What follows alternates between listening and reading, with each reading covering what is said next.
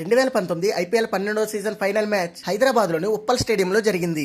ఈసారి కూడా చిరకాల ప్రత్యర్థులైన రోహిత్ శర్మ సారథ్యంలోని ముంబై ఇండియన్స్ మరియు ఎంఎస్ ధోని నేతృత్వంలోని చెన్నై సూపర్ కింగ్స్ తలపడ్డాయి. ఈ రెండు జట్లు తలపడినప్పుడల్లా మ్యాచ్ ఎంత హోరాహోరీగా సాగుతుందో ఈ ఫైనల్ మరోసారి నిరూపించింది. ఈ మ్యాచ్ లో టాస్ గెలిచిన ముంబై మొదటి బ్యాటింగ్ ఎంచుకుంది. ముంబై బ్యాటర్లు ఆరంభం నుంచే తలపడ్డారు. అయితే కిరణ్ పోలార్డ్ చివర్లో మెరుపులు మెరిపించడంతో ముంబై నిర్ణీత 20 ఓవర్లో 8 వికెట్ల నష్టానికి 149 పరుగులు చేయగలిగింది. చెన్నై బౌలర్లు దీపక్ చహర్ మరియు శార్దుల్ ఠాకూర్ కట్టుదిట్టంగా బౌలింగ్ చేసి ముంబైని తక్కువ స్కోర్కే పరిమితం చేశారు. 150 పరుగుల లక్ష్యంతో బరిలోకి దిగిన చెన్నై జట్టుకు ఓపెనర్ షేన్ వాట్సన్ మళ్లీ అండగా నిలిచాడు. మోకాలి గాయంతో పోరాడుతూ వాట్సన్ 59 బంతుల్లో 80 పరుగులు చేసి చెన్నైని విజయ తీరాలకు చేర్చే ప్రయత్నం చేశాడు. కానీ చివరి ఓవర్లో వాట్సన్ రన్అట్ కావడంతో మ్యాచ్ మలుపు తిరిగింది. ఆఖరి ఓవర్లో చెన్నై విజయానికి 9 పరుగులు కావాలి. అనుభవజ్ఞుడైన బౌలర్ లసిత్ మలింగ ఆ చివరి ఓవర్ను అద్భుతంగా వేశాడు. చివరి బంతికి చెన్నై విజయానికి 2 పరుగులు కావాల్సిన సమయంలో మలింగ తన స్లో యార్కర్ తో శార్దుల్ ఠాకూర్ ను ఎల్బీడబ్ల్యూ చేశాడు. దీనితో ముంబై ఇండియన్స్ కేవలం 1 పరుగు తేడాతో ఘన విజయం సాధించి ఐపీఎల్ చరిత్రలో 4 సార్లు టైటిల్ గెలిచిన మొదటి జట్టుగా రికార్డు సృష్టించింది.